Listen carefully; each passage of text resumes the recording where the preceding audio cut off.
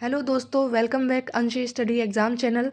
आज की वीडियो उन वुमेन्स स्टूडेंट के लिए है जो घर में रहकर अपनी पढ़ाई पर ध्यान नहीं दे पाती हैं।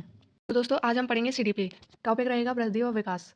वृद्धि मैच्योरिटी के बाद रुक जाती है। इसे फिजिकल डेवलपमेंट कहते हैं, यानी कि शारीरिक परिवर्तन, जिसमें हमारा जो है बढ़ता है हाइट, वेट, साइज, शेप, जिसे हम माप सकते हैं। ये मात्रात्मक परिवर्तन होता है। एंड विकास विकास एक सतत प्रक्रिया है जो गुणात्मक व वर्णात्मक परिवर्तन दोनों ही शामिल होते हैं, जो गर्भ से कब्र तक होता है। वूम टू टूम डेवलपमेंट होता है। विकास में फिजिकल डेवलपमेंट भी आता है, कॉग्निटिव डेवलपमेंट भी आता है, social development, emotional development. 4 type domain विकास डेवलपमेंट में आता है। फिजिकल डेवलपमेंट में आपका हाइट, वेट, साइज, शेप, आपका जो भी फिजिकल डेवलपमेंट होता है वो भी विकास के अंदर ही आता है। इसमें मोटर डेवलपमेंट होता है। इसमें 2 टाइप मोटर डेवलपमेंट होती है, एक ग्रॉस मोटर स्किल, एक fine motor skill. Gross motor skill में आपका स्थूल गति कौशल, जिसमें बड़ी मसल का यूज़ करते हैं, जैसे आर्म की मसल है, लेग की मसल है। एंड फाइन मोटर स्किल में आपकी छोटी मसल, जैसे आंखों की मांसपेशियाँ, हाथ की muscles. Gross to fine development होता है। नंबर 2 कॉग्निटिव डेवलपमेंट, जिसमें आपका thinking, reasoning, imagination, language development, ये आपका कॉग्निटिव डेवलपमेंट में आता है।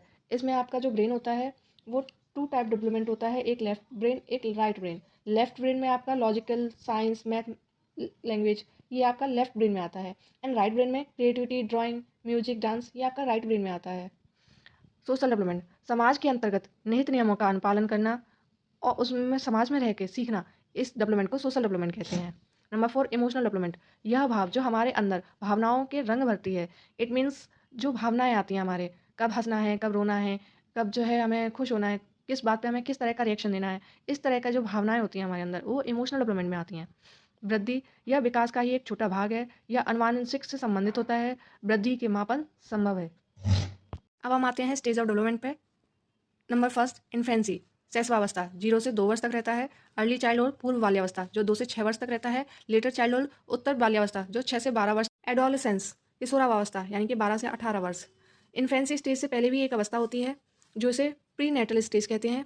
प्रसव पूर्व अवस्था, जो कि 9 महीने 10 दिन की होती है।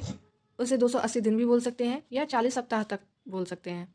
इन्फेंसी अवस्था ये 0 से 2 वर्ष तक होती है, जिसमें बच्चा अपनी इंद्रियों से सीखता है, मोटर एक्टिंग से मतलब मोटर एक्शन, गतिक्रियाएं करके सीखता है। ये इसे सेंसिटिव पीरियड कहा जाता है। यह खतरों से भरा होता है क्योंकि बच्चे को पता नहीं होता है कि वो क्या टच कर रहा है, किससे लग जाएगी, किससे नहीं, इसीलिए इसे सेंसिटिव पीरियड कहा जाता है। Physical and mental development fast होता है इसमें। नंबर 2 अर्ली चाइल्डहुड, इसे टॉय एज, प्ले एज कह सकते हैं। ये 2 से 6 वर्ष होता है। इसमें फास्ट लैंग्वेज डेवलपमेंट होता है। इसमें नकल करके सीखना, सेंसिटिव एंड क्रिटिकल एज भी बोलते हैं। लेटर चाइल्डहुड ये 6 से 12 वर्ष की अवस्था होती है। इसे टोली अवस्था यानी gang age, sport age, elementary school age कहते हैं। इसमें लॉन्ग टर्म फ्रेंडशिप एज भी होती है। ये इस समय की जो दोस्ती होती है वो लॉन्ग टर्म चलती है। फिजिकल डेवलपमेंट स्लो हो जाता है, मोटर डेवलपमेंट फास्ट हो जाता है। कॉन्क्रीट ऑपरेशनल, यानी कि इसमें बच्चे को तर्क करना, जो है वर्गीकरण करके की क्षमता आ जाती है। एडोलसेंस ये 12 से 18 वर्ष की होती है। इसे ट्रांजिशनल पीरियड भी कहा जाता है, यानी कि परिवर्तन का काल। इसे गोल्डन पीरियड भी बोलते हैं। इसे स्ट्रेस एंड स्टॉर्म, यानी कि तनाव और तूफान का काल भी बोलते हैं। इसमें लीडरशिप स्किल्स आ जाती हैं। लैक ऑफ इमोशनल स्टेबिलिटी होती है। आइडेंटिटी क्राइसिस मीन्स होता है, यानी कि मैं हूँ कौन, यानी कि वो अपनी पहचान ढूंढता है कि इस समय मैं हूँ कौन, मैंने क्या किया है। ब्रिज पीरियड भी कहते हैं। एडोलसेंस इकोसेंट्रिज्म होता है। ये इसे स्प्रिंग सीजन भी कहते हैं। अब आते हैं हम प्रिंसिपल ऑफ डायरेक्शन। ये 2 टाइप होता है, एक सेफेलोकॉडल, एक प्रॉक्सिमोडिस्टल, सिर से पैर की तरफ चलता है। एंड प्रॉक्सिमोडिस्टल ये सेंटर से बाहर, यानी कि सेंटर से बाहर की तरफ चलता है। अब आते हैं मोटिवेशन पे। अब प्रेरणा। अब मोटिवेशन 2 टाइप होता है, इंटरनल मोटिवेशन, एक्सटर्नल मोटिवेशन। जो इंटरनल मोटिवेशन होता है वो आंतरिक मोटिवेशन होता है, अपनी खुशी के लिए जो काम करते हैं उसे इंटरनल मोटिवेशन कहते हैं। एक्सटर्नल मोटिवेशन बाह्य प्रेरणा, यानी कि हम किसी रिवॉर्ड के लिए या सैलरी के लिए या मार्क्स के लिए या कोई हमारी तारीफ करेगा, इसीलिए हम जो है मोटिवेट होते हैं। साइकिल ऑफ मोटिवेशन, मोटिवेशन की साइकिल क्या होती है?